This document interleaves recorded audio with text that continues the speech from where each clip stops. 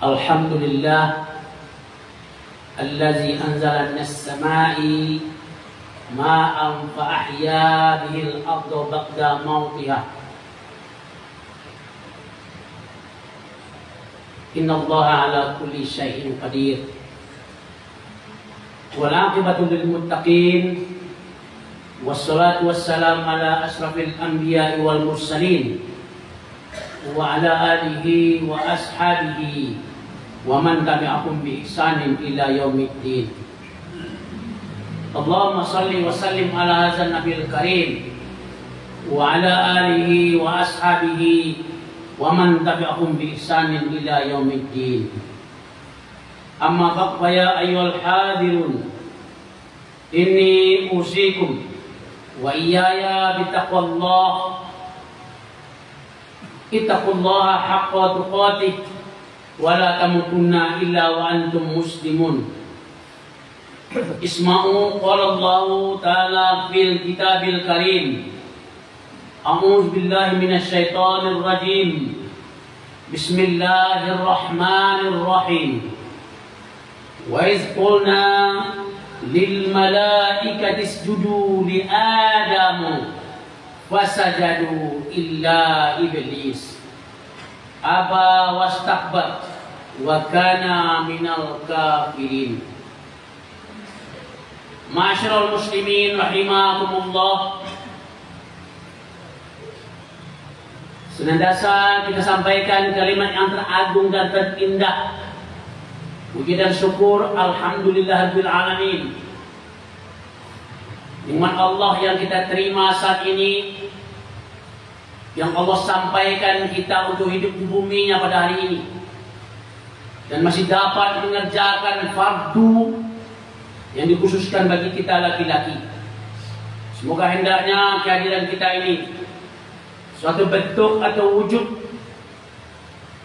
mengikhlaskan diri kepadanya, mewujudkan sesuatu kerendahan hati, tawaduk kepadanya, bukan karena hal-hal lainnya. Seiring dengan itu, selawat bertumpang salam selalu kita kirimkan kepada Nabiyana Habibana Muhammad sallallahu alaihi wasallam, yang selalu membimbing kita dengan risalah hidup atau warisan yang merupakan pedoman bagi kita, yang mengantarkan kita kepada kelurusan iman, kepada kekuatan akidah, yang membimbing kita itu tak lain dan tak bukan itunya Al-Quranul Karim wa Sunnatul Rasul. Ma'asyiral muslimin rahimakumullah, pada waktu yang sedikit ini khatib akan menyampaikan suatu ayat yang berkisah tentang keberadaan iblis dan pengaruhnya terhadap manusia. Kaum muslimin rahimakumullah, dalam sejumlah riwayat,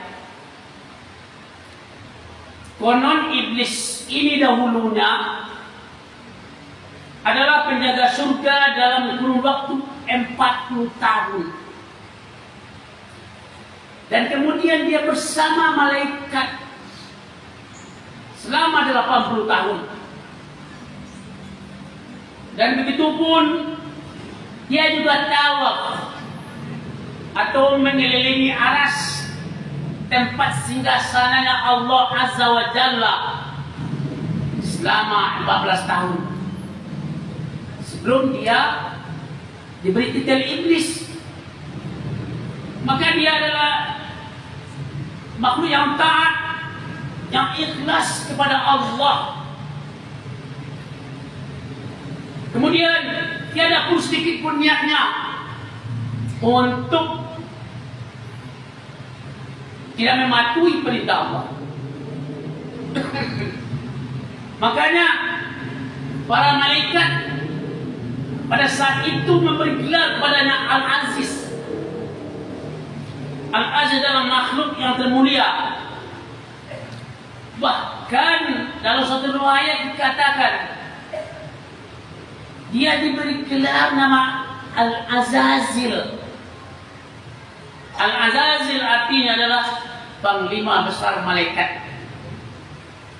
Kita ketahui kaum muslimin, malaikat itu dia hanya bertasbih, memuji Allah, wa nuqaddisna, dan mengkuduskan, memuliakan Allah.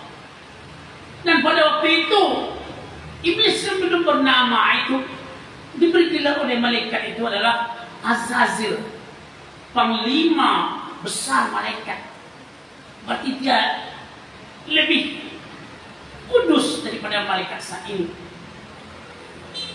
Masyarakat muslimin rahimakumullah, kapan dia didekatkan iblis? Ini lagi persoalan. Iblis dengan makna putus asa. Kapan dia gelarnya malaikat sebagai iblis? Waktu Allah perintahkan dalam surat Al-Baqarah ayat 34 yang kita bacakan tadi. Wa isqulna lil malaikati isjudu li Adam. Dan ketika kami berkata kepada malaikat, asjudu li Adam, sujudlah kamu kepada Adam. Yang malaikat itu adalah wa nusabbihu wa nuqaddisuna, bertasbih dan mengkuduskan Allah. Dia selalu taat kepada Allah, dia sujud kepada Adam. Tapi iblis, illa iblis, kecuali iblis, aba wastakbar.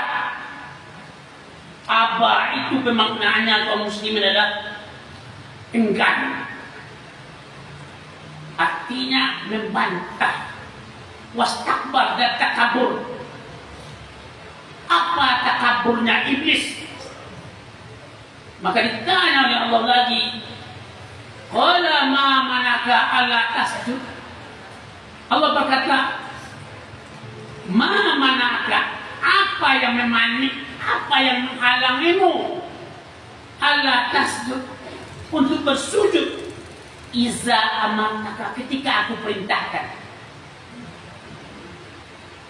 Apa yang menghalangimu untuk bersujud kepada Adam ketika itu perintahku? Maka iblis katakan dalam surat Al-A'raf, qala ana khairun minka, saya lebih baik darinya, dari engkau. Khalaqtani min nar wa khalaqtahu min tin. Aku diciptakan dari api, sedangkan kau diciptakan dari tanah. Masyarakat muslimin rahimahumullah, ketika dia berbicara seperti itu, maka betapa murka dan marahnya Allah. Murka Allah itu, kemarahan Allah itu diungkapkan dalam firman Allah surat Al-A'raf 18. Apa kata Allah? Qala ukhruj minha. Allah berkata, ukhruj minha mas'uman madhuran. Keluar engkau dari surga ini mas'uman madhuran, sebagai orang yang terhina dan terusir. Kenapa Allah marah sekali? Karena Allah adalah Khalik. Selain dari Allah disebut dengan makhluk,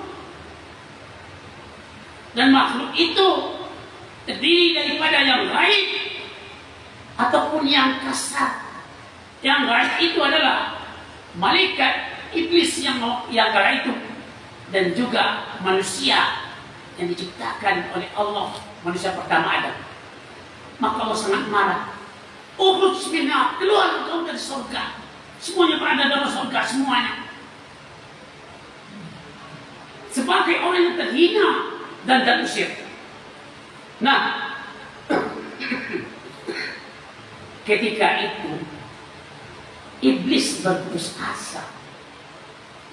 Takkan ada waktu untuk kembali ke surga. Karena selama-lamanya iblis tidak akan masuk surga. Maka dia, iblis artinya keputusasaan.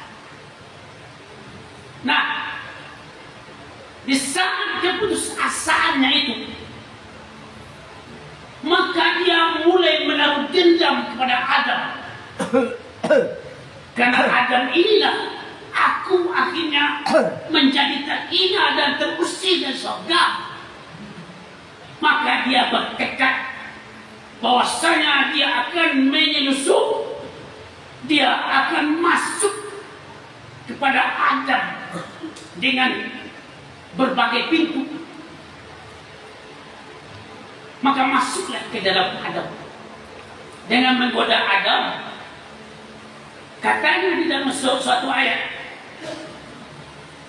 surat Toha ayat 120, Allah katakan, "Fawaswasa ilaihi syaitan, qala ya Adam,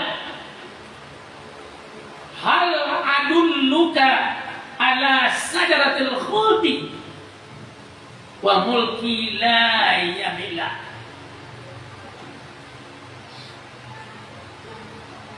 Apa kata iblis? Kemudian setan membisikkan pikiran jahatnya kepada Adam. Ya Adam, hal adulluka, maukah kau aku tunjukkan kepada kamu sajaratul khuldi, pohon khuldi, dan wa malaki la yabila, dan kerajaan yang tidak akan binasa.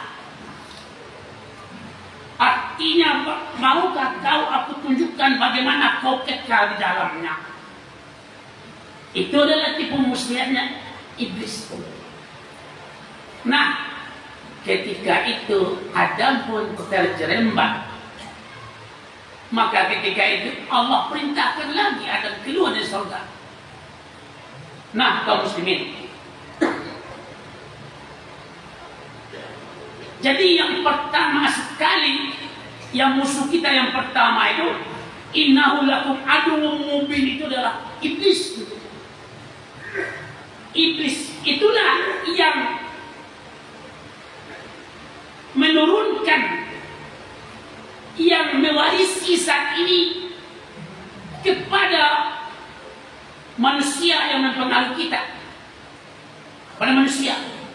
Tapi bukan iblis itu, tapi sekarang adalah setan. Maka setan dengan pemaknaan adalah, setan itu artinya adalah menjauhkan dari kebenaran. Nah, iblis adalah putus asa. Ketika dia telah berputus asa tak akan pernah masuk surga lagi, maka dia mewaswaskan, membisikkan kepada Adam. Maka Adam terjerembab. Nah, kemudian dia mohon kepada Allah, ya Allah, sampaikan usiaku nanti pada hari berbangkit, yaumul ba'ats. Permintaan iblis tak dikabulkan oleh Allah. Usiamu hanya sampai hari kiamat. Maka sampai hari kiamat, iblis yang menginstruksikan, yang memerintahkan kepada keturunannya, kepada zuriatnya, itu adalah setan, mempengaruhi Bani Adam, cucu Adam buat kita saat ini. Nah, itulah prosedural, tata cara saat ini terjadi kekacauan, terjadi kejahatan, dan juga terjadi kezaliman. Tak lain dan bukan perjanjian Allah dengan iblis. Iblis berjanji bahwasanya Aku akan mendatangi anak Adam, baik dari samping kanan dari samping kiri, muka dan belakang. Dan yang mempengaruhi kita adalah setan yang merupakan zuriat keturunannya saat ini. Masalah umat muslimin rahimahumullah. Walaupun begitu, maka Nabi kita katakan bahwasanya Inna Allah yaqbalu taubat. Sungguhnya Allah akan menerima yaqbalu taubat abdi. Sungguhnya Allah akan menerima taubat seorang hamba. Masih diterima oleh Allah taubat kita. Kalaupun saat ini kita dibawa, diperhimpudikan oleh setan, bahkan lupa kita tempat dari mana kita datang, bahkan sudah mulai kabur dan kubur kolbu kita, hati kecil kita. Tapi yang namanya hati kecil tetap ada, walaupun sedikit kebenaran tetap ada. Ketika kita tersandung, ketika kita terarahkan kepada kejahatan, hati kecil selalu berkata, kau salah nih. Dan itu yang sebenarnya kalbu. Kau telah zalim kepada orang. Sekarang kan pintu setan segala masuk dia. Masuk dari status orang apapun masuk. Dari status pejabat masuk, mungkin dari korupsi. Dari status orang awam mungkin masuk dari sifat merendahkan diri. Masuk dari orang-orang ahli ibadah, mungkin dari segi ujub, riya, takabur, sombong. Masuk dari segala pintu. Nah, kaum muslimin, maka Nabi katakan, walaupun begitu, ujung-ujung semuanya adalah ya ayyuhallazina amanu tubu ila Allahi taubatan nasuha. Dipanggil Allah, wahai orang-orang yang beriman, taubatlah dengan taubat yang cukup sekali dan tidak akan ulang berbuat apa yang menjadi pelanggaran itu. Ketika taubat berujung kepada taubat nasuha, maka hadis Nabi ini masuklah kepada hamba tersebut. Inna Allah yaqbalu taubatan abdi ma lam yughargir. Kata Nabi kita, sungguhnya Allah menerima taubat seorang hamba ma lam yughargir, sebelum ruh sampai ke tenggorokan. Kalau ruh sampai di sini, taubat masih ada harapan. Kan kita oleh Allah, ruh kita akan dipanggil dari kaki dulu. Terasakan, siapapun yang akan mendekati sakaratul maut atau muktada, terasa kaki berdingin sampai ke atas. Kalaupun ruh telah sampai di sini, taubat kepada Allah terucap dan menyesali, maka pintu taubat masih terbuka. Yang tidak lagi ketika sampai pada malam yuwargir, dan taubat tidak akan terima ketika setelah sampai ke kerongkongan. Masyarakat muslimin rahimahumullah, maka udah itu Allah selalu memanggil kita untuk selalu jangan berputus asa. Karena yang berputus asa itu adalah iblis dulu. Maka dalam suatu ayat disampaikan juga itu, Qul ya ibadiyallazina asrafu ala anfusihim. Betapapun dosa kita kaum muslimin, betapapun kesalahan kita yang banyak, ketidajujuran kita yang tak terhitung, Allah selalu manggil, Qul ya ibadiyallazina, wahai hamba-Ku. Allah masih memanggil hamba. Mungkin dalam ayat dikatakan tidak, Qul ya zambi, wahai orang berdosa. Tidak, Allah masih panggil Qul ya ibadiyallazina asrafu, wahai hamba-hambaku yang melampaui batas ala anfusim, atas dirimu, la taqnatu min rahmatillah. Jangan kau berputus asa dari rahmat Allah. Innallaha yaghfiru dzunuba jami'a. Allah akan mengampuni dosamu semuanya. Allah akan ampuni dosa semuanya. Bagaimana dengan dosa syirik?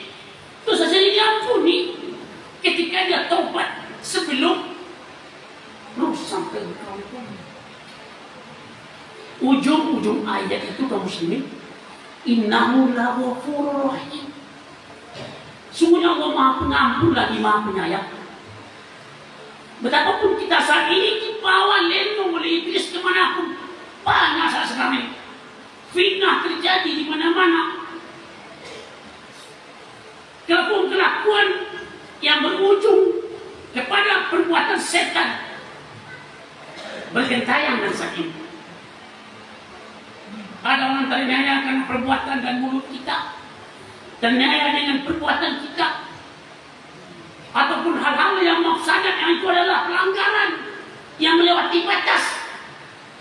Tapi Allah tetap membuka pintu bagi kita. La taqnatu min rahmatillah. Jangan berputus asa dari rahmat Allah. Allah akan ampuni dosa. Bahkan dalam Al-Quran, kata-kata Ghafurur Rahim itu lebih kurang diulang 94 kali. Artinya kaum muslimin, ketika dalam hati telah ada untuk bertobat kepada Allah, kasih sayang Allah akan datang kepada kita. Maka penutup khutbah ini akan sampaikan suatu riwayat bahwasanya dahulu ada seorang pembunuh 99 orang. Dia telah melakukan perbuatan makar mafsadat, minuman keras, berjudi, main perempuan. Maka yang berbayarnya 99 orang dibunuhnya. Maka dia ada dalam hatinya rasa tobat. Maka dia cari orang di muka bumi ini. Di mana ada orang alim, maka ditunjukkan oleh orang. Di sana ada seorang rahib. Rahib itu adalah ahli ibadah. Wahai ahli ibadah, bisakah tobatku diterima? Karena aku telah membunuh 99 orang. Ahli ibadah karena dia cuma ahli ibadah. Yang dia ingin hanya patuh kepada Allah. Ahli ibadah jawab, la, tidak. Maka dia sempurnakan membunuh sampai 100 orang, termasuk ahli ibadah. Tapi dalam hatinya pun muslim masih ada juga ingin bertobat. Dia jalan lagi di muka bumi. Maka ditanya, adakah anda orang alim di kampung ini? Maka pas pada itu dia ketemu sama orang alim. Dia katakan masalahnya, wahai orang alim, saya telah membunuh 100 orang dan perbuatan bejat mafsadat lainnya banyak. Apakah tobatku diterima?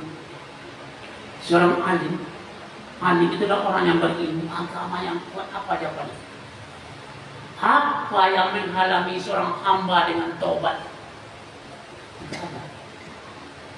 Tidak ada yang menghalangi seseorang hamba untuk bertobat, kata orang alim.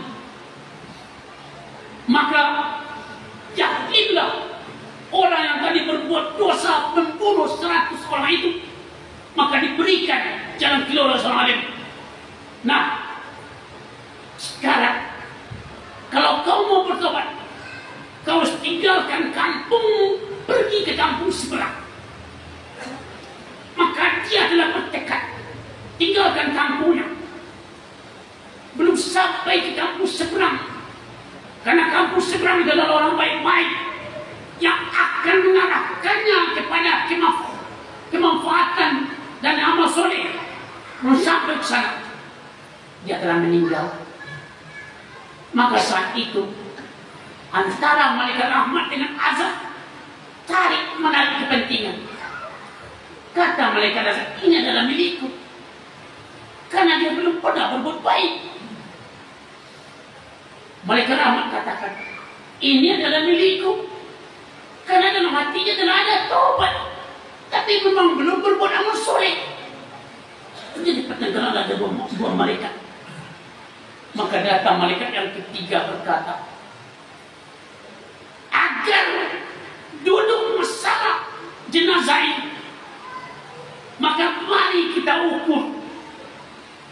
Kalau seandainya perjalanan dari kampungnya ke kampung yang dituju lebih panjang, maka dia termasuk milik malaikat rahmat.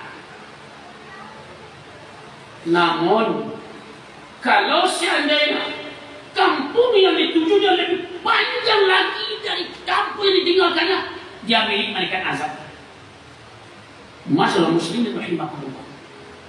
Ketika itulah Allah memperlihatkan kesayangannya. Ujung ayat itu adalah innahu laghafurur rahim. Sesungguhnya Allah itu Maha Pengampun lagi Maha Penyayang. Ketika dalam hati ada ingin bertobat, sayang Allah datang. Apa sayang Allah waktu itu kepada hamba ini yang sebenarnya bumi yang diperjalannya masih singkat?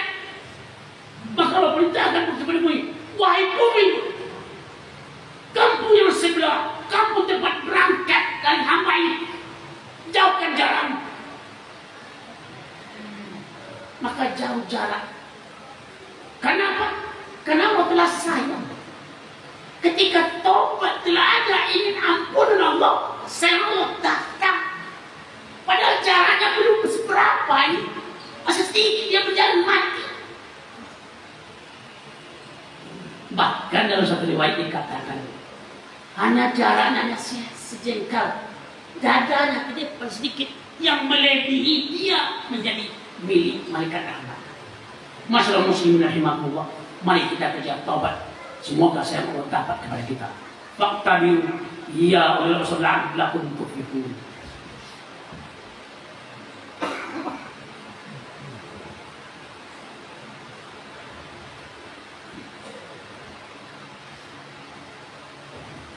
Alhamdulillah allazi hadana li hadza wa ma kunna linahtadiya laula an hadana Allah.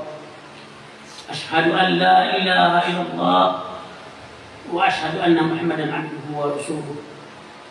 Amma ba'du ya ibadallah, usikum wa iyaya bitaqwallah faqad faza al-muttaqun. Qala Allah ta'ala fil kitabil karim, a'udzu billahi minasyaitonir rajim. Bismillahirrahmanirrahim.